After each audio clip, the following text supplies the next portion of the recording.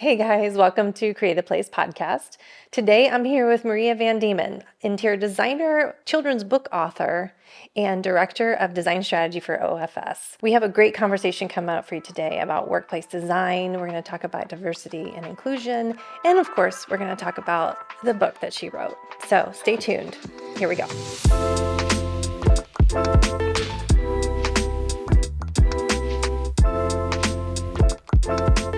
Hey, Maria. Hey, Kristina. So thanks for being here at Creative Place Podcast. Of course, happy to be here. Yeah, I'm super excited to have you here. I think I say that about everybody, but there's a reason why each individual I'm super excited about having here. And one is because you're on my podcast. And two, because we've done some fun things together and we're going to talk about that later.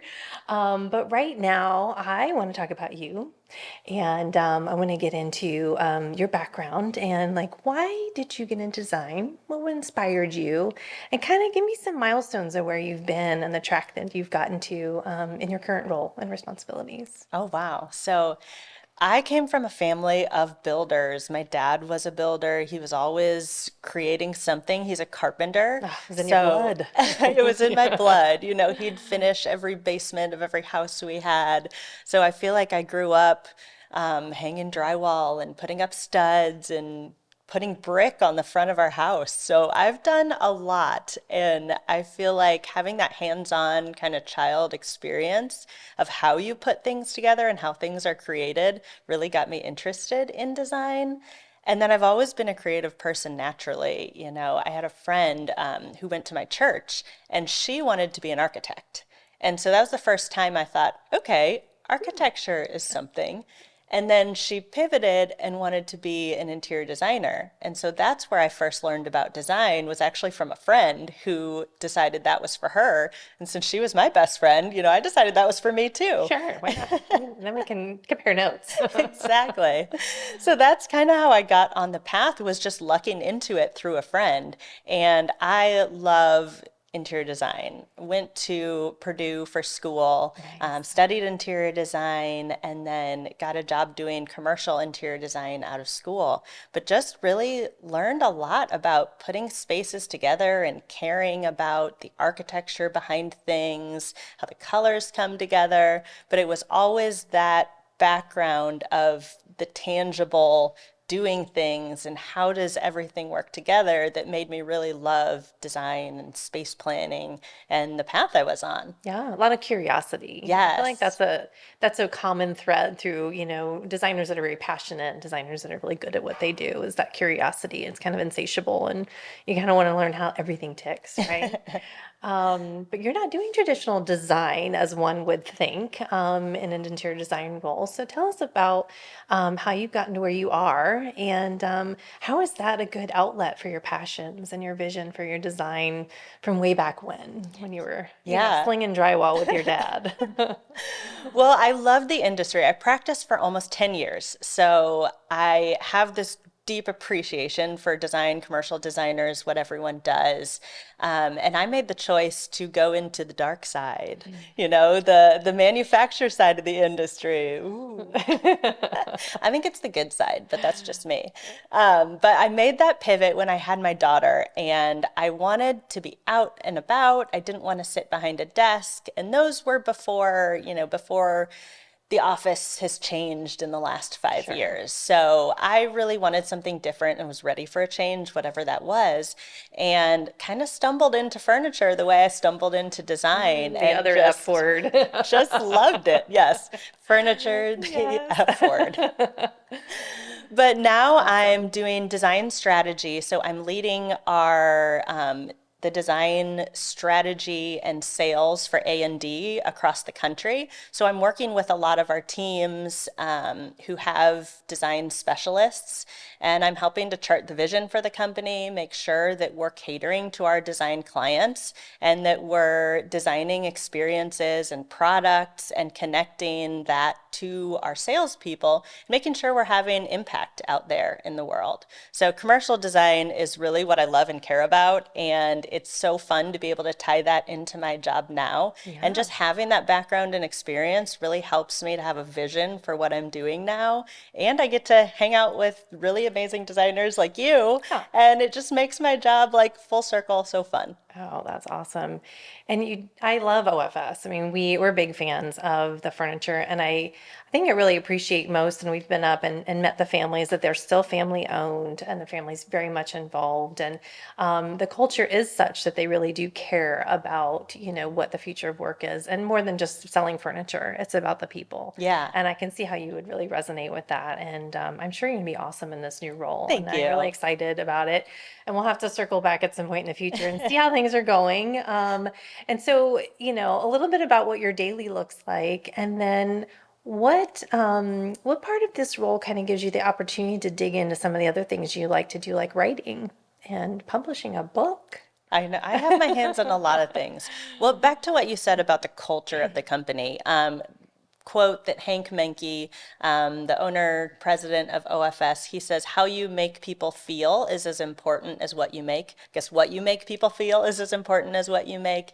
And that really resonated with me because I feel like the interactions we have with people are the reason why we do business, the reason we're here. And so that family culture, I think, ties into everyone you meet at OFS. I mean, Raquel here in Tampa is phenomenal. I think Yes. a lot of the people in the company carry that brand and carry that message throughout. And so that makes me excited to work with our teams and work with everyone in the company because we really stand behind that mission of how we make people feel. Yeah.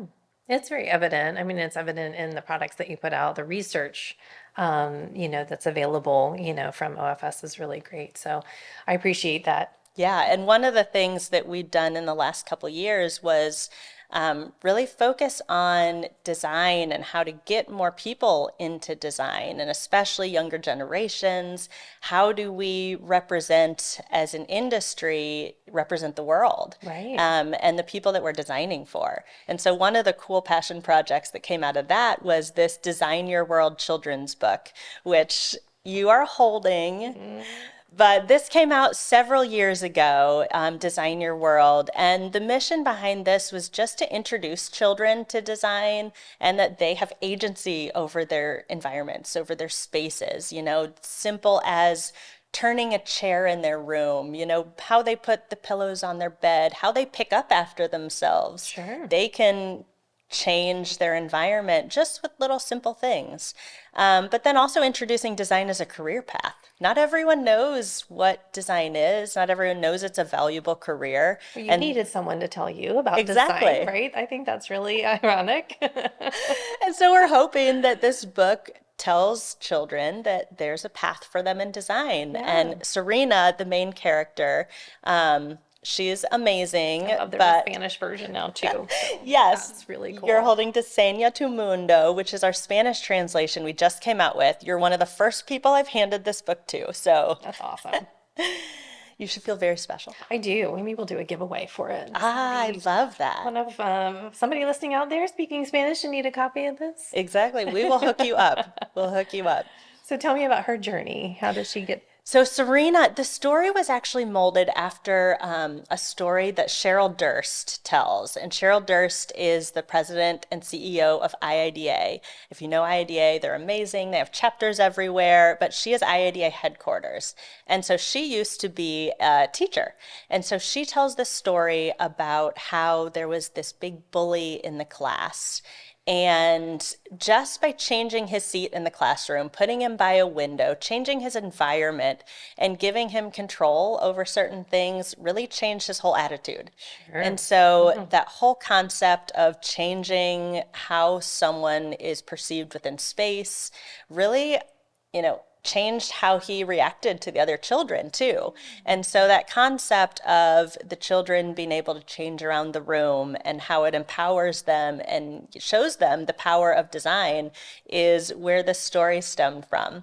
And my co-author, Doug Shapiro, he's incredible. We did this book together, and we dedicated the book to Cheryl Durst and Tracy Thomas for inspiring us with the story behind it, and really giving us that mission to take out into the world. That's incredible that you decided to take this on. Can you tell us a little bit about the process? How did that go? I mean, how did you come up with, with the story? What was your involvement with Doug? And there was an illustrator who I believe was local to Yeah. you. How did that all come together? It was a really long process. You look at a book and you never think about how long it takes to do things, but it was almost a year that we played around with the storyline of the book, changing words, giving it to people to say, "Hi, how does this resonate with you?" One of the parts of the book is is Serena going on this journey and realizing that she has the power to change things. And that simple word of power was one that people, were kind of stuck on. Like, is that the right Hmm. word? That's interesting for a children's book. But we loved the idea that Serena could have that control. Sure. She is And empowered to make she's empowered. change. Yeah. Exactly. And that's what we all are as designers. We're empowered. We have the power and the agency to change. And so we wanted to hold firm to that.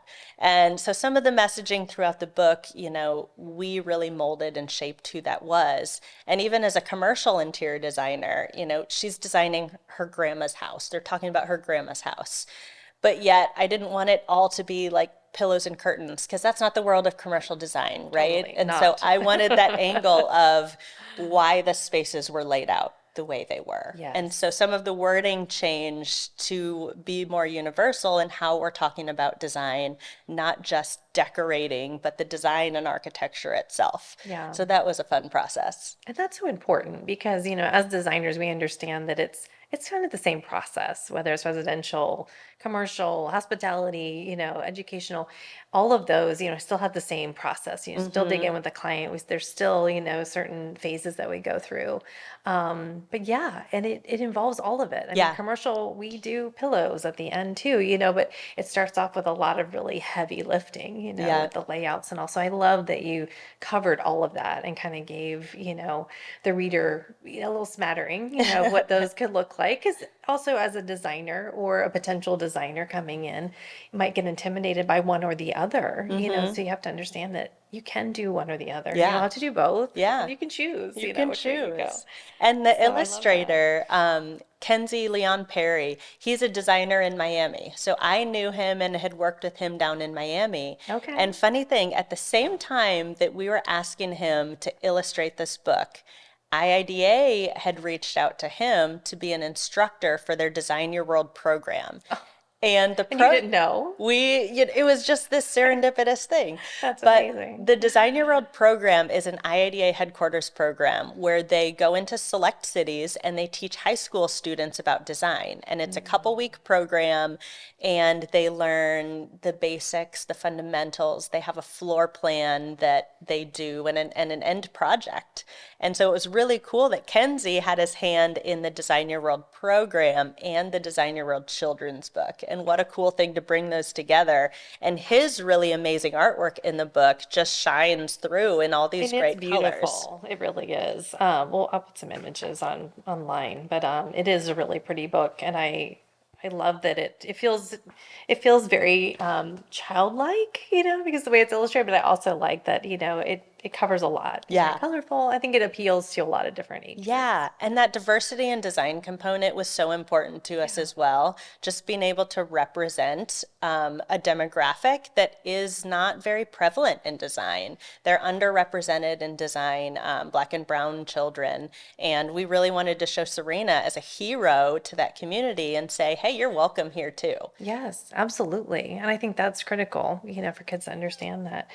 Um, so what's your experience been bringing that to the community? Have you done a lot of these workshops that IADA has been doing? Have you personally been out there and doing those and seeing the impact with these kids? Yeah, it's been really incredible to see. IDA has done some amazing work, and the Design Your World program has been going on for 3 years now, the high school program.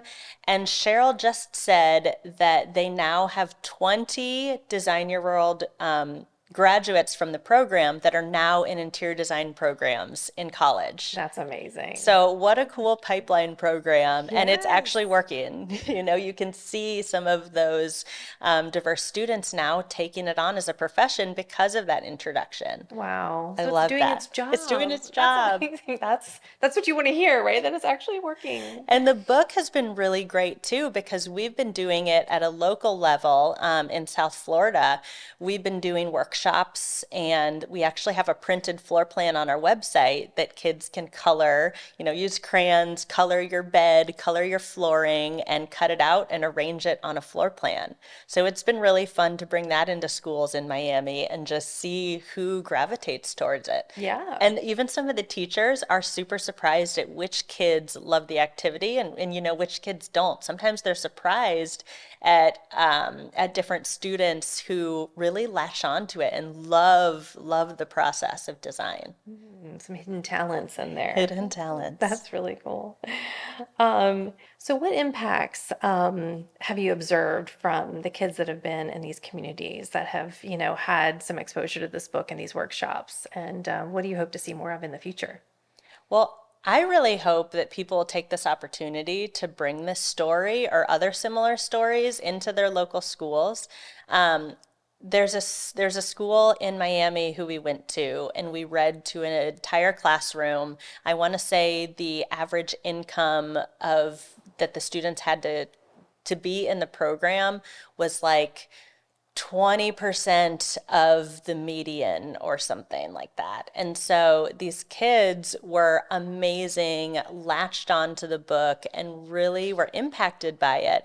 And the teacher told me that they have so many lawyers and doctors come in and talk about their profession. And she said, "You're one of the first creative people that we've ever had come and talk to these students." Wow. And to me, that was a rallying cry of we need to do more to get out there because not everyone can be a doctor and lawyer, and that sounds really boring anyways. Absolutely. To us yet. So. And then we've also recently been working with a Montana State. They work with some indigenous communities, and the person there who's been taking the book to these communities really applauded the book and said, "This is amazing to be able to show these students that they have the ability to do this and to represent them in a way that's really meaningful." And I love to hear those stories come in because you never realize that this little book is going to do so much and shape so many lives. But it's been really incredible to see the impact. Yeah, that's gonna make you really proud. I mean, just from your heart to think, wow, this Yes. is an impact. And I always feel like, if it's something you put out into the world, if it just impacts one person, you're Yes. thrilled. And just to find out that there's more and more people that Yes. you're uncovering, they're getting something out of it is amazing. Yeah, and it's an amazing story that we've shared. We've given away books. If you're coming to us with an amazing opportunity that you're going into your community and you're reaching out, I would love to know about it. Love to partner with people who are doing good because we can't do it all on our own. It's a process. It's even a process to get a children's book like this on shelves. But if there are people who are really latching onto this mission, that's the whole point of the book. That's why OFS published it, is to do good. We're not trying to make money on it. We're trying to bring the story of design to the world. Yeah, the awareness. And I love that you're sharing that accessibility, Yeah. they can get to that. Are there any programs that are related that are on the education side? I mean, are there scholarship programs that are tied to that in any way, or any resources that, after they go through, hey, I want to do this, now where do I go? Do they have resources available that they can get into schools, nearby, or how do they transition into that? Because we're talking about, a lot of kids that have low income, so how do they navigate that? Yeah, it's definitely a challenge within the profession because, as you know, the Cheap. materials cost a lot, printing Yeah. costs a lot. There are scholarships out there, and I do know that some of the larger firms, like Gensler, for example, is a partner with the Design Your World program, and they're trying to provide pathways into their studios Okay. from different students who are doing it. So I think there's a little bit of awareness out there. It's something that we're definitely working on and looking towards Yeah. because we have to be able to open up those pathways and open up doors for people. I would love to be more involved in that. We'll have to have a conversation after this because I think it resonates with what we at Create, Yeah. would love to do too, and if we kind of segue that into our intern program and some of the other things that we're looking at, I think that Yeah. would be wonderful. And it's Yeah. all about the Just to diversity help of, get these kids into yes. this, I think it would be really great. And it's about the diversity of thought. That's the beauty in diversity is that more brains coming to the table make better solutions. And so it's not about, me versus you or race or gender. It's about the diversity of thought makes us all better. Yeah. And so I love the conversations that are being had and people who are really elevating that story because the purpose is to make us all better. Yes, absolutely. And then we have, neurodiversity too that Oh, we're talking yeah. about. So there's a lot of different ways that we are all different. I mean, this is an old story, 100%. 100%. So Age, the update is that we're all, we're finally trying to, to give some kind of level playing field in the workplace in particular. Um, so that being said, I know that you are tapped into the workplace and you do a lot of great research in your role, and just because you love doing it. And you've started writing not just a book, but now you've been doing a lot of articles, which I've really been enjoying. They're nice and short and right to the point, and you just have a really great storytelling style. Thank you. But I think it was just a few days ago, you released a new article. And I liked it because it talked about, three key kind of things that we're dialing into this year, that are not new topics, but they're things that we need to keep digging a little deeper in this year. Can you share just a minute about that article? And we'll have a link to that too. So it can be read, Yeah. beyond that. But I just, thought we would talk about that for just a minute as it pertains to, workplace design. Yeah. I've been writing for Office Insight magazine. They publish a magazine every Monday morning to your inbox. Rob Kirkbride is the editor in chief, but I've been doing some writing for them just about the design pathways, design careers, also diversity in design. But the article was about three things that we cannot ignore in 2025. Yes. And it was talking about experiences over things and about making sure we're remaining inclusive in how we're designing. And the first one is just about experiences and the experiences we're creating and human connection and about how that has to be the forefront in everything we're doing. Right. So We can't many, just put a kit of parts furniture together. We got to think about what are we experiencing in this yeah. space and dial into that a lot deeper, right? And so many people are trying to get their workers back to the office, back to the office, and that's great. But what are we giving them once they're there? And how are we making sure that there's value in the office? And I think a lot of that is with creating experiential spaces, but then also bringing clients amazing experiences so we can support our clients in what we're doing. Yeah, even And offsites. yes, I mean, how I met you was a really cool experience that we did together. Oh, yes.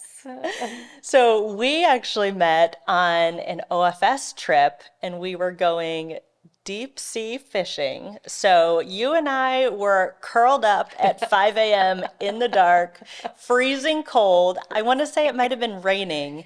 It was And raining. we were both in fetal position, like going miles offshore. Yes, So beanbags in the back of fast. a boat, like 50 miles offshore in pitch dark. I don't know.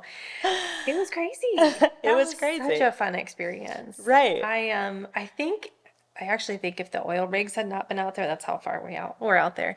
I would have probably been a little unnerved being out that far, but it kind of just brought a little bit of civilization to my Yes. brain, I think. But Yes. oh man, we caught some fish. We caught some Yes, fish. and I'm gonna post some pictures of us And that was such a of this. memorable experience. Yes. I feel like we have this fishing connection now that Yeah. neither of us are fisherwomen. Is that the right word? I do like some fishing, but I've not done that. And that Right. was definitely an experience. Yes. It was an experience. So that was a really cool bonding moment where we got to know Yeah. each other on a different level, staying in Oh, we were at old cabin. school fish camp. Yeah, old school There was fish camp. nothing fancy We about could it. probably hear each other breathing through the walls of the camp, but But it was a great experience because it was clients that was, of different, types of backgrounds and different industries. We had corporate real estate, we had designers and you guys, and I think that's such a great way, and it doesn't have to be quite, so far, and it was a lot of fun, but it doesn't have to be quite that in depth of an experience, and we can Right. create those experiences within the spaces that we're building. Absolutely. We can, create these off-site experiences too, even if it's kind of our new on-site, Yeah. sort of thing. So, I love that you mentioned that. You don't get in deep about it because look, it's gonna be different for each company, and how they, kind of play that out, and how they build it out, Yeah. frankly. Or maybe they're just doing more offsite, meetings and things. But it is about the experience, and I'm not going to commute an hour to get there for nothing, Yes. just to sit in an empty cubicle Yeah. or, in a space that there's no one else for me, to interact with. So there has to be reason. There has to be reason Yes. you're coming back to the office, and it looks so different for each person. It So it's does. a challenge. So I'm glad we have resources like you guys out there. We're out there trying to help our clients get through a lot of this too. So the other one of the other two things that you had mentioned too is of course equity and diversity, and that's always going to be a huge topic. So tell us a little bit about what you mentioned in the article, and then how can we navigate this new future? I'm not going to get political about it, but there's some changes coming down, and so what are some reactions that you're getting, and what conversations are you having about what this looks like moving forward? Yeah, I think as designers, we naturally want to do the right thing. We Yes, naturally want to think about the people that we're all impacting, people that we're all impacting. people, Exactly. how we're designing that affects people. Because what we do is we create experiences, we create emotions, and we do that through our design. Yes. And I think a lot of the conversations on equity are about making people feel like they belong. And so, no matter what is happening in the political climate, no matter what you want to label something, I think we have the ability to create spaces and to bring in, diverse groups, lots of different minds and thoughts that can create the best possible outcomes. And so I think no matter what goes on, it's important that we stay true to doing the right thing. And I think that's creating with equity in mind, making sure that we're designing for human needs, no matter who that is, what that looks like. Right. And that the circles that we're designing with, whether in our companies or the stakeholders in the community that we're involving, that we have a lot of, diverse needs and talents to be able to see things from a bigger lens. Yes. Because it's hard to see something, even my view is very narrow. Your view is different. So when we start layering all these views on top of each other, we get a bigger picture at what the world looks like. And Absolutely. so that's the beauty of inclusion. That's the beauty of having a lot of minds at the table. And I think as long as we as an industry are focusing on that and focusing on making sure that we broaden our views and that we're inclusive of everyone, I think we're going to keep doing the right thing.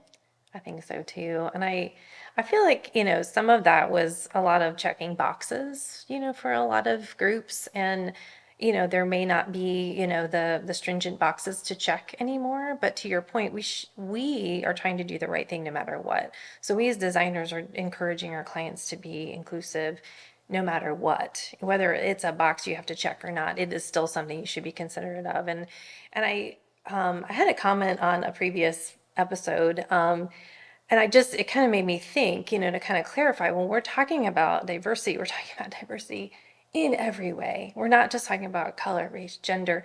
We're talking about Mm-hmm. neurodiversity. We're talking about PTSD. We're talking about, a myriad of different things that after a while the labels just kind of get lost, or at least Yeah. they should, because what we're trying to do is just make sure that we're tapping in to a good enough cross section of our people and dialing into some of those that have special needs, but also being able to accommodate them in the office.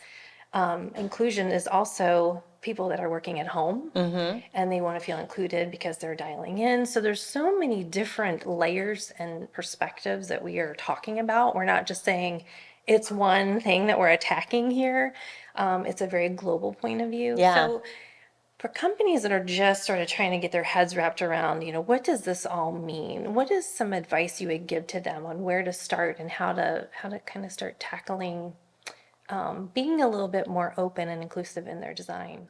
Well, I love how you stated that. You stated that so well that it's, Everyone, age, think about when a working mother has to bring her kid to the office. Design is experienced in different ways from the 4 foot tall level. So, a veteran and loud noises, even people who are neurodiverse, we have to create spaces that work for everyone, whether that's lighting or sound control or privacy.